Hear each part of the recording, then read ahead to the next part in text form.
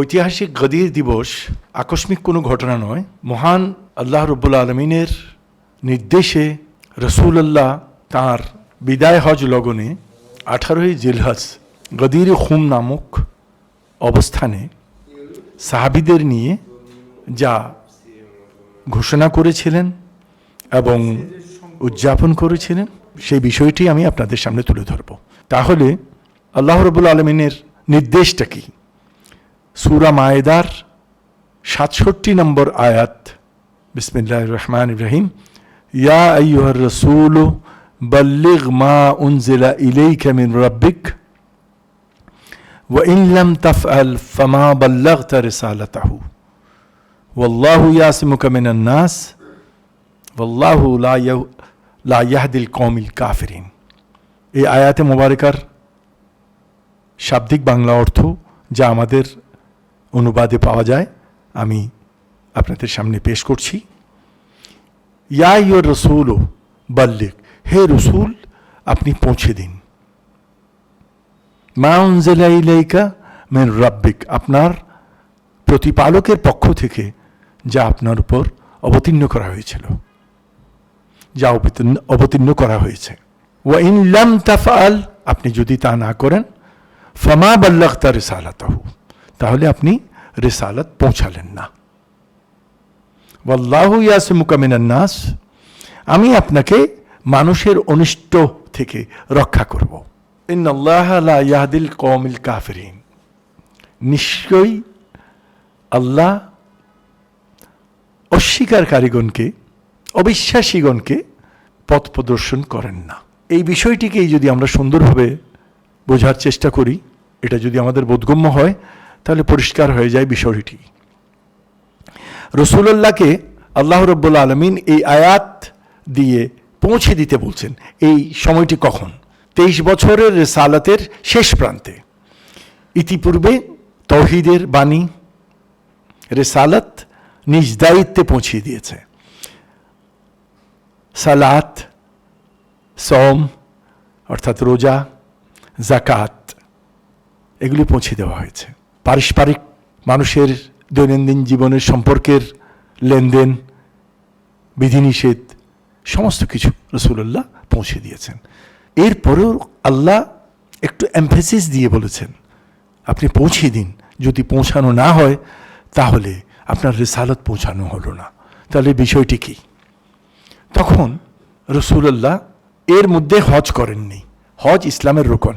10ই হিজরিতে রাসূলুল্লাহ ঘোষণা করলেন, সাহাবীদেরকে জানিয়ে দিলেন, আমি এবার হজে যাব। এটাই ছিল ওনার প্রথম হজ এবং এটাই শেষ। সাহাবীদের জমজমাট কাফেলা হজের উদ্দেশ্যে তৈরি হয়ে মক্কার দিকে রওনা।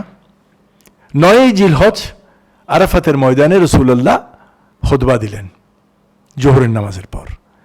9ই জিলহজ যদি আরাফাতের ময়দানে হাজিরা যদি উপস্থিত না থাকেন, হজ হবে না। যেহেতু রাসূলুল্লাহ 9ই জিলহজ খুতবা দিয়েছিলেন মুসলমানদের উদ্দেশ্যে। এই খুতবাতে রাসূলুল্লাহ সাহাবীদেরকে জানিয়ে দিয়েছেন যে অচিরে আমার উপর আল্লাহর থেকে নির্দেশ হয়তো আসতে পারে ফেরত যাওয়ার জন্য, এবং আমি তা গ্রহণ করব। রাসূলুল্লাহ বললেন যে আমি তোমাদের জন্য 2টি ভারী জিনিস রেখে যাচ্ছি, যার একটি আল্লাহর কিতাব, এই কিতাবকে মজবুতভাবে ধরে রাখতে হবে জানার মাধ্যমে, বোঝার মাধ্যমে। আরেকটি আমার ইতরাত আহলে বাইত, আমার নিকটতম আত্মীয়গণ। এই 2টি ভারী অস্তিত্বকে তোমরা যদি আঁকড়ে ধরো তাহলে তোমরা কখনো পথভ্রষ্ট হবে না। কাদেরকে বলা হচ্ছে?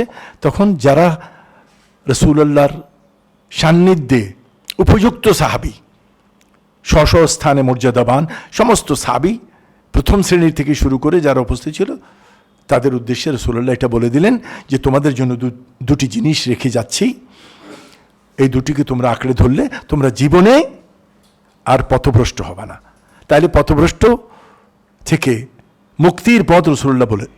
এরপর যে বিষয়টি ছিল সেটি ওই আরাফাতের ময়দানে বলা সম্ভব হয়নি বিধায় রাসূলুল্লাহ আল্লাহ রাব্বুল আলামিনের সেই নির্দেশ পালন করার জন্য সময় ও সুযোগ খুঁজছিলেন। হজ প্রতিপালন সম্পন্ন হয়ে গেল, মক্কা থেকে মদিনার দিকে ফেরত হবেন রাসূলুল্লাহ সাহাবীদের নিয়ে। সেখান থেকে 18ই জিলহজ ঐতিহাসিক গদির খুম ময়দানে যখন রাসূলুল্লাহ পৌঁছলেন, তখন বললেন সাহাবীদেরকে, তোমরা একত্রিত হয়ে যাও। তখন রাসূলুল্লাহ সাহাবীদেরকে প্রথম তাদের থেকে হলফ গ্রহণ করলেন, তাদের থেকে অঙ্গীকার নিলেন এই মর্মে যে আমি কি তোমাদের জন্য তোমাদের প্রাণের উপর সেই অধিকার রাখি না যা তোমাদের প্রাণ তোমাদের জন্য? মানে আমি কি তোমাদের প্রাণের উপর মালিকত্ব রাখি না? তো সাহাবীরা তখন বলেছিল, ইয়া রাসূলুল্লাহ, নিঃসন্দেহে আপনি আমাদের প্রাণের মালিক। তো তখন রাসূলুল্লাহ বললেন, তাহলে জেনে রাখো আল্লাহ রাব্বুল আলামিন আমার মাওলা। আজকে মাওলা নিয়ে যে অনেক বিতর্ক হয় আমাদের আহলে সুন্নাত ওয়াল জামাতের মধ্যে, আর কারো কাছে নাই, সেদিকে আমি যাব না। আমার কথা হচ্ছে এই মাওলাটার গুরুত্ব বুঝেন। এই মাওলাটা প্রথম শব্দ ব্যবহার করেছেন রাসূলুল্লাহ কার জন্য? আল্লাহর জন্য। আর এটা কোরআন শরীফে অলরেডি আছে। কোথায়? হাসবুনাল্লাহু ওয়া নি'মাল ওয়াকিল, নি'মাল মাওলা ওয়া নি'মান নাসির।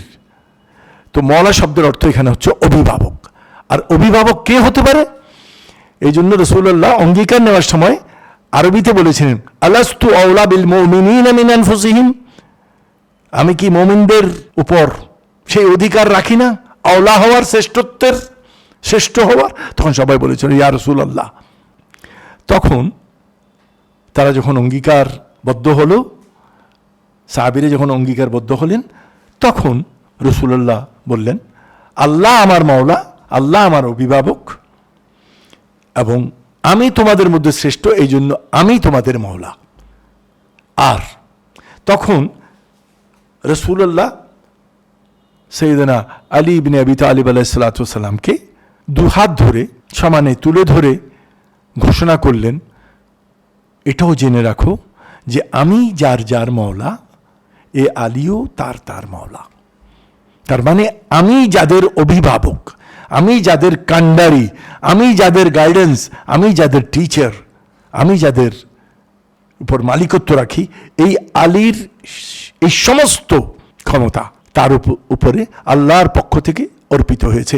যেহেতু এই ঘোষণা আমি করছি না, আল্লাহ রাব্বুল আলামিন আমাকে বলেছেন যে তুমি এই ঘোষণা না করলে রিসালাত পরিপূর্ণ হবে না।